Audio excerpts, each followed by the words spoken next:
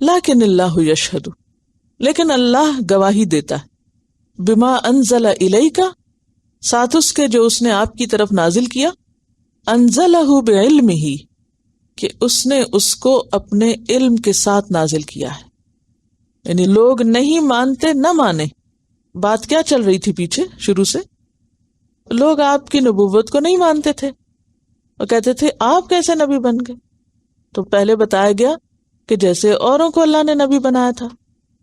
پھر وہ کہتے تھے کہ یہ کلام اللہ کی طرف سے نہیں. فرمایا نہیں مانتے نہ مانو، لیکن اللہ یشہد، لیکن اللہ تو گواہی دیتا ہے. کس بات کی گواہی دیتا ہے اللہ؟ بما انزل الیک انزلہ بعلمہ، کہ اس نے جو بھی آپ کی طرف نازل کیا ہے وہ اپنے علم کے ساتھ نازل کیا ہے. تو گویا قرآن کیا ہے؟ اللہ کا علم، اللہ کے علم کے مطابق. اور اللہ کا علم کتنا یہ تو بتائیے. وَكَانَ اللَّهُ بِكُلِّ شَيْءٍ عَلِيمًا، اللہ ہر چیز کو جاننے والا ہے.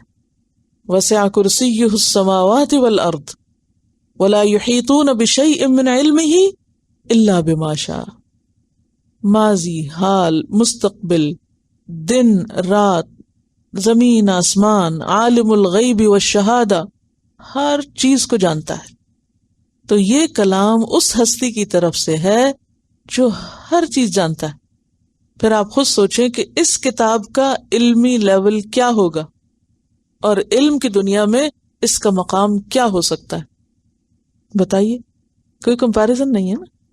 دیکھیے کوئی بھی جو کتاب ہے، مثلاً یہ کتاب ہے، یہ کتاب ہے، یہ کتابیں صاحب علم لوگوں نے لکھی، علم والوں نے لکھی. کسی بھی انسان کا علم کتنا ہو سکتا ہے؟ محدود.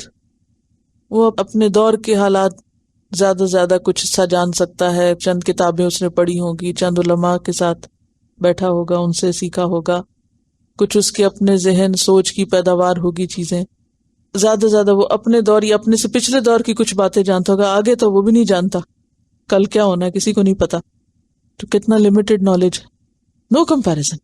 لیکن اس کے باوجود انسانوں کی طرف سے آنے والے علوم پر ہم کتنا بھروسہ کرتے ہیں، ان کو کتنا ویلیو کرتے ہیں، کتنا ان پر ایمان ہے ہمارا.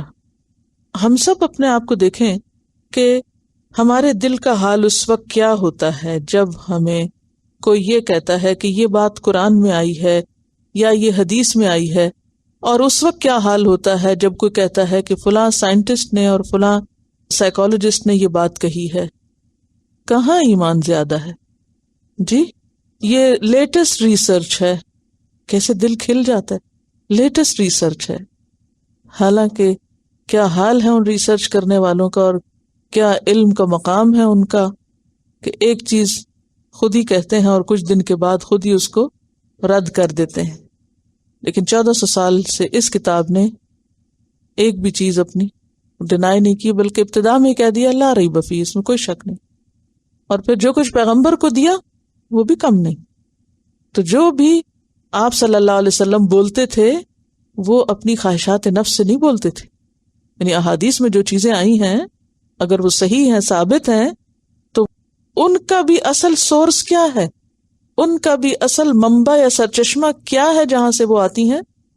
وہ نبی صلی اللہ علیہ وسلم کا ذاتی علم نہیں، وہ بھی دراصل اللہ ہی کی طرف سے آپ کو ملا ہے. کیونکہ اگر ذاتی علم ہوتا تو آپ 40 سال کی عمر میں وہ باتیں نہ کرنے لگتے. وہ کب سے شروع کر دیتے؟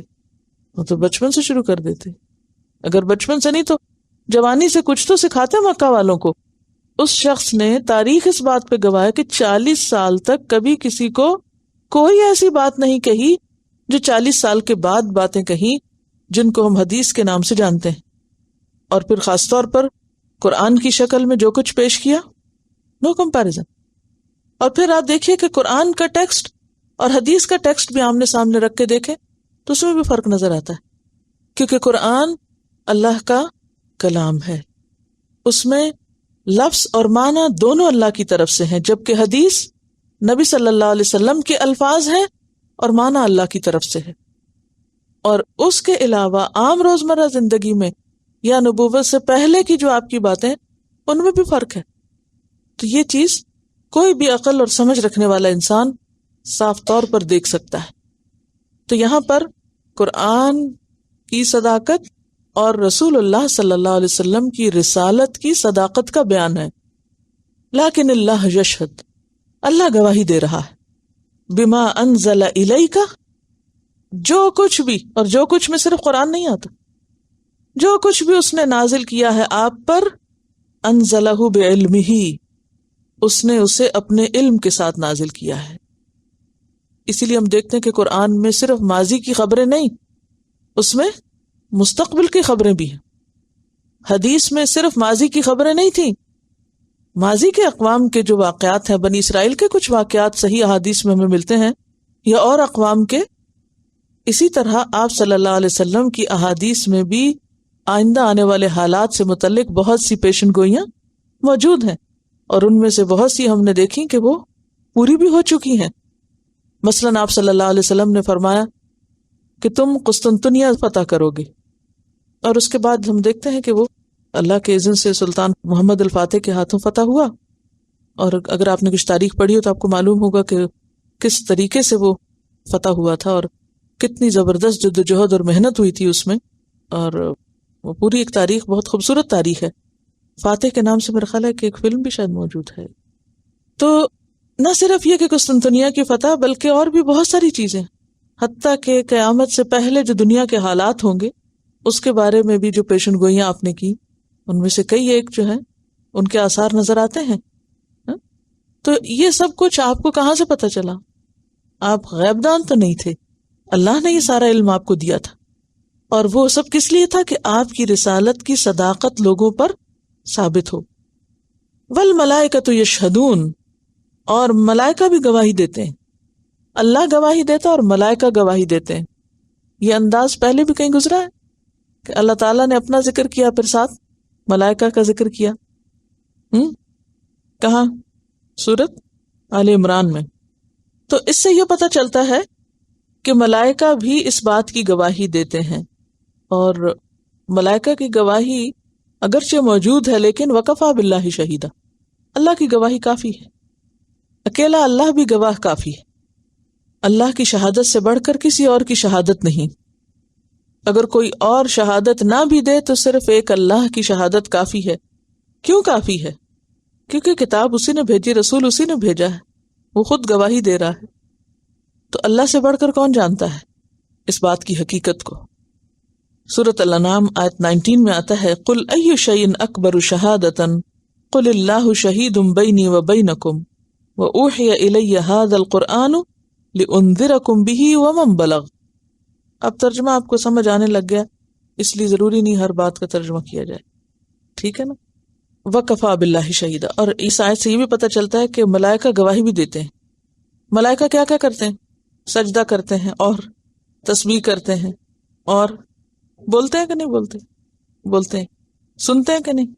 سنتے ہیں، اور لکھتے بھی ہیں، جی لکھنا بھی آتا ہے ان کو، اور کہہ رہی ہیں جان بھی نکالتے ہیں، جی جو بھی ان کو اللہ کی طرف سے حکم ملے وہ سب کرتے ہیں۔